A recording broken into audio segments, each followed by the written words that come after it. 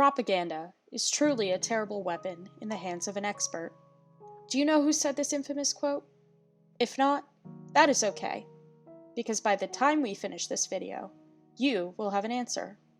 Today, we will be covering one of history's most infamous examples of propaganda usage.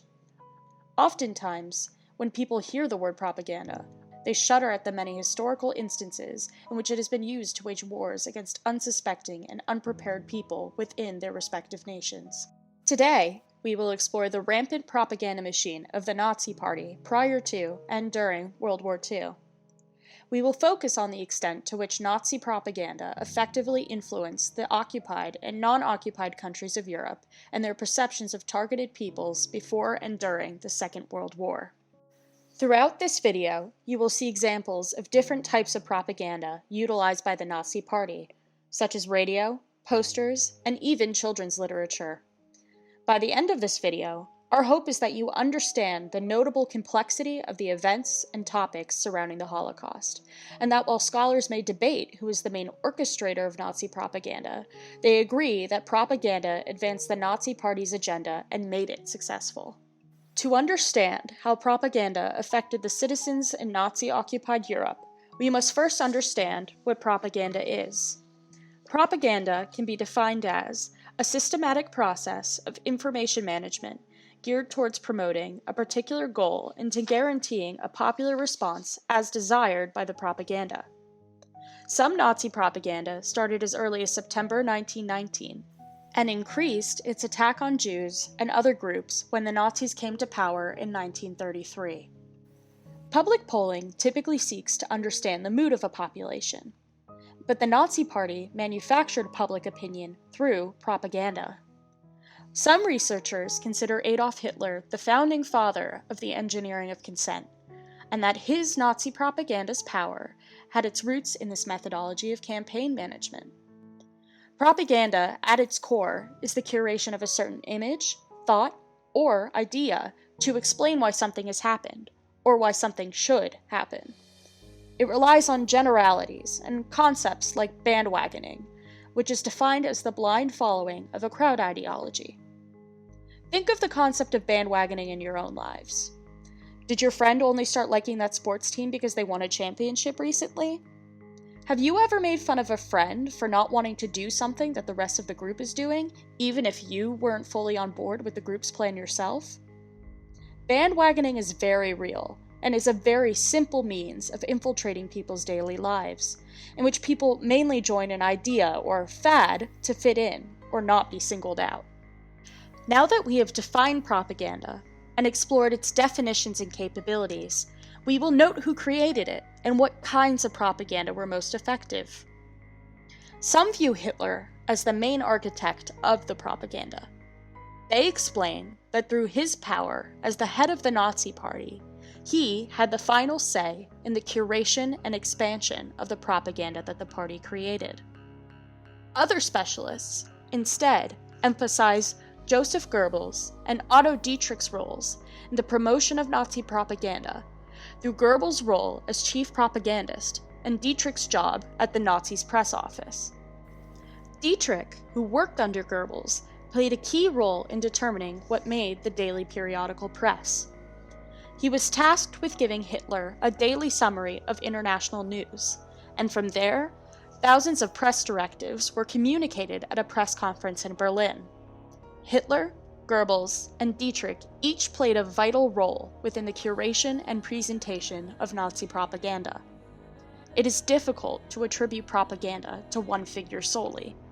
Yet, we can understand that each individual fed into the ideas of the other, and worked together to curate effective messaging towards the German and Nazi-occupied public. As we have defined propaganda and the chief curators of Nazi propaganda, we will now explore how Nazi propaganda manifested itself and targeted their respective unwanted populations.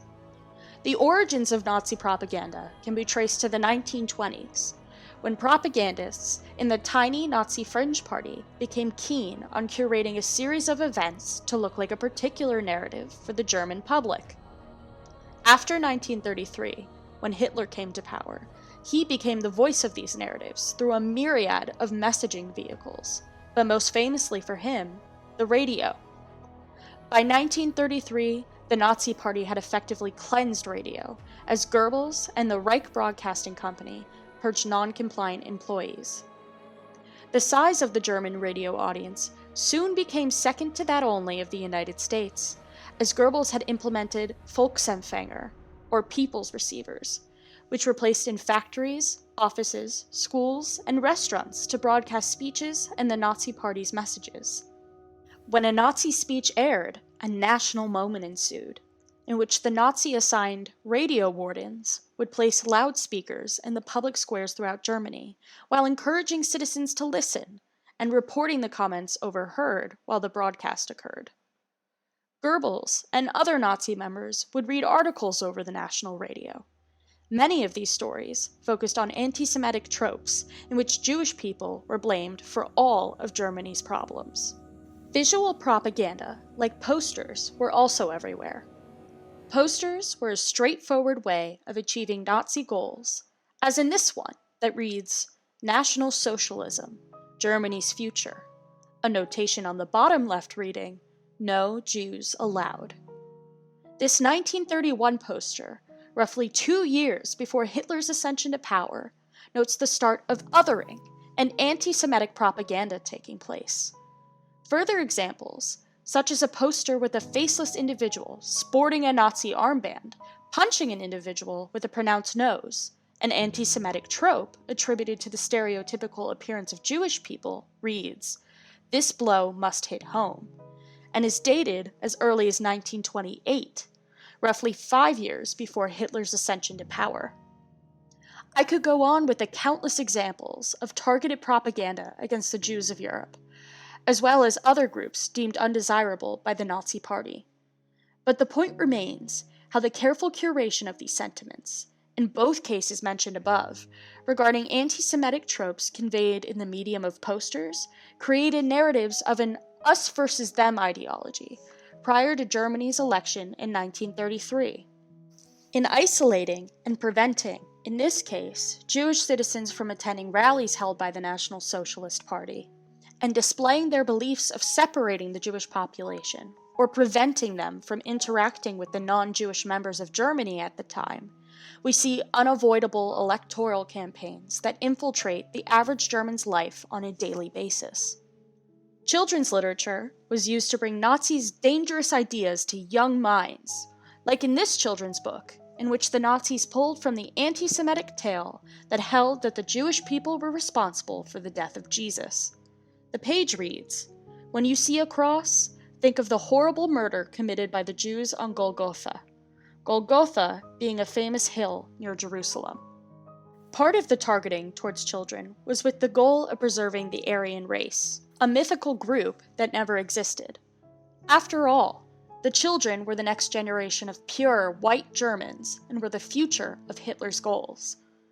The Nazis created this group called Aryans and defined it as a master race of non-Jewish Caucasians, usually having Nordic features. These typically manifested as those with blonde hair, blue eyes, and other characteristics, none of which described Hitler ironically. When the Nazis characterized their racist ideologies into absolutes and presented them as purely fact, the willingness of a child to counteract or question the information being told to them diminished significantly. When you work to convince an entire impressionable generation of young minds that there is one truth, that truth will be believed. When one is taught not to question anything taught to them, or when one is not given that opportunity, you create a captive and willing audience who will blindly contribute to your overall aims. Nazi propaganda promoted their messaging through radio, film, posters, and literature on a scale that had not yet been seen before and was only rivaled by that of the United States. The Nazi propaganda machine was carefully curated from its infancy stages in the early 20th century to become a nearly unstoppable force for the larger part of World War II. Millions of people bought into the National Socialist Party and its messaging, with promises of a better Germany, and a world without the problems that cost Germany and their allies the First World War. Nazi propaganda and its power in convincing individuals, young and old, to join their cause was simply terrifying, and its ability to monopolize all forms of media and infiltrate institutions such as schools and workplaces on a daily basis. It is with the understanding of a combined effort on the parts of Adolf Hitler, Otto Dietrich, and Joseph Goebbels that we see the idea of a maze of power, largely in an attempt to circumvent blame in the future, but nonetheless a vessel for a large-scale attack on the German news cycle and information gateways. Now, back to our original quote. Propaganda is a truly terrible weapon in the hands of an expert. Any clue as to who said it now? Well, the answer is Adolf Hitler, as declared in 1924 in his book Mein Kampf, or My Struggle. I now ask you, with your newfound knowledge of one of the most infamous examples of propaganda gone wrong, to continue to challenge what you think you know. History is complex, and new discoveries and interpretations of the motivations behind many historical events are debated daily. It is because many were afraid to question the status quo that so much harm was done in such a short period of time. By challenging our preconceived notions of the world, we can be active participants in helpful dialogue that makes friends out of those around us, not enemies.